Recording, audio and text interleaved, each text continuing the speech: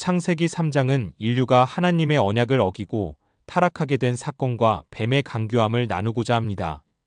등장인물은 지혜는 신학적 배경과 단어의 원어적 의미를 분석하는 역할, 신뢰는 성경적 사건의 개연성과 초자연적 신앙을 강조하는 역할, 은혜는 하나님의 성품과 구속사적 관점을 연결하는 역할을 합니다.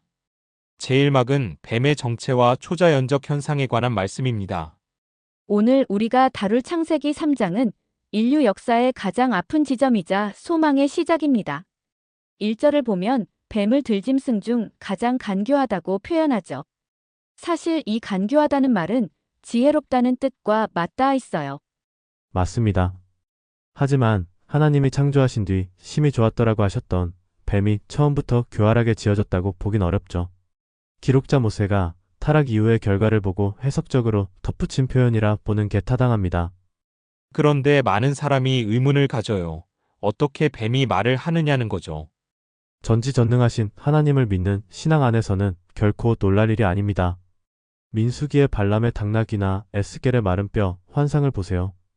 사탄이 뱀을 도구로 사용해 하와와 의사소통한 것은 초자연적 현상이지만 결국 중요한 건 그 현상보다 창조주 하나님에 대한 신뢰 그 자체입니다.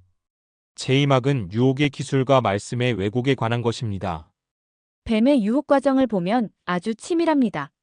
하나님은 모든 나무의 실과를 먹되 하나만 금지하셨는데 뱀은 질문을 비틀어 모든 나무의 실과를 먹지 말라 하시더냐라며 결핍을 강조하죠. 안타까운 건 하와의 대답이에요. 먹지도 말고 만지지도 말라, 죽을까 하노라라고 답하죠. 하나님은 만지지 말라 하신 적도 없고 반드시 죽으리라 하셨지 죽을까 하노라라고 흐리게 말씀하지 않으셨거든요. 맞아요. 인간이 욕심에 눈이 멀면 총명이 흐려집니다. 하나님의 말씀을 정확히 기억하지 못하는 것이 바로 유혹의 고속도로가 되는 셈이죠. 사탄은 한술 더 떠서 결코 죽지 아니하리라고 정면으로 부정합니다. 그리고 눈이 밝아져 하나님처럼 될 것이라며 질서를 뒤집어버리죠. 22절에서 하나님이 우리 중 하나같이 되었다고 하신 건 사탄의 말이 맞았다는 인정이 아니라 범죄한 인간의 상태를 비웃는 반어적인 표현으로 봐야 합니다. 제3막은 죄의 결과와 책임 전가에 관한 말씀입니다. 결국 열매를 먹은 후 그들은 눈이 밝아졌지만 그것은 지혜가 아니라 수치심이었습니다. 무화과 잎으로 옷을 해입고 하나님을 피해 숨어버렸죠. 관계가 깨진 겁니다. 그때 하나님께서 찾아오시죠. 내가 어디 있느냐? 몰라서 물으신 게 아닙니다. 회개할 기회를 주시는 은혜의 부름이었어요. 하지만 아담은 여자 때문에 여자는 뱀 때문에라며 책임을 전가합니다. 죄를 지은 인간의 전형적인 모습이죠. 자기 죄를 인정하기보다 환경과 타인을 탓하는 것 말입니다. 제3막은 원시복음 심판 속의 핀 꽃입니다.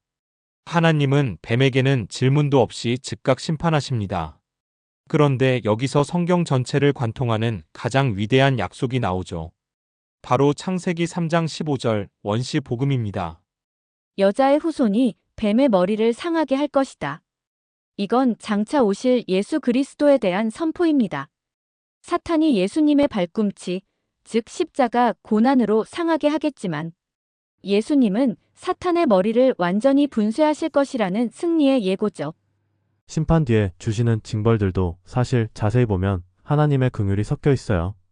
해산의 고통이나 노동의 수고는 고달프지만 그 안에서 생육하고 번성하여 다스리라는 창조의 명령은 계속 이어지게 하셨으니까요. 마지막에 하나님이 지어 입히신 가죽옷이 백미입니다. 인간의 부끄러움을 가려주기 위해 동물의 희생을 통해 옷을 입히신 것. 그것이 오늘날 우리를 덮어주시는 하나님의 은혜를 상징합니다.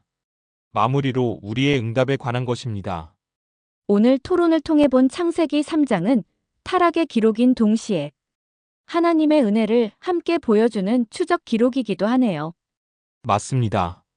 아담과 하와가 구원을 받았느냐는 질문보다 더 중요한 것은 지금 우리가 하나님과 대면하며 그분과 동행하는 삶을 살고 있느냐는 것이겠죠.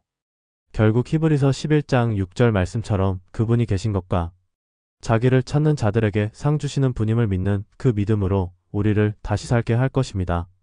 창세기 3장의 깊은 내용을 전달하는 데 도움이 되었기를 바랍니다.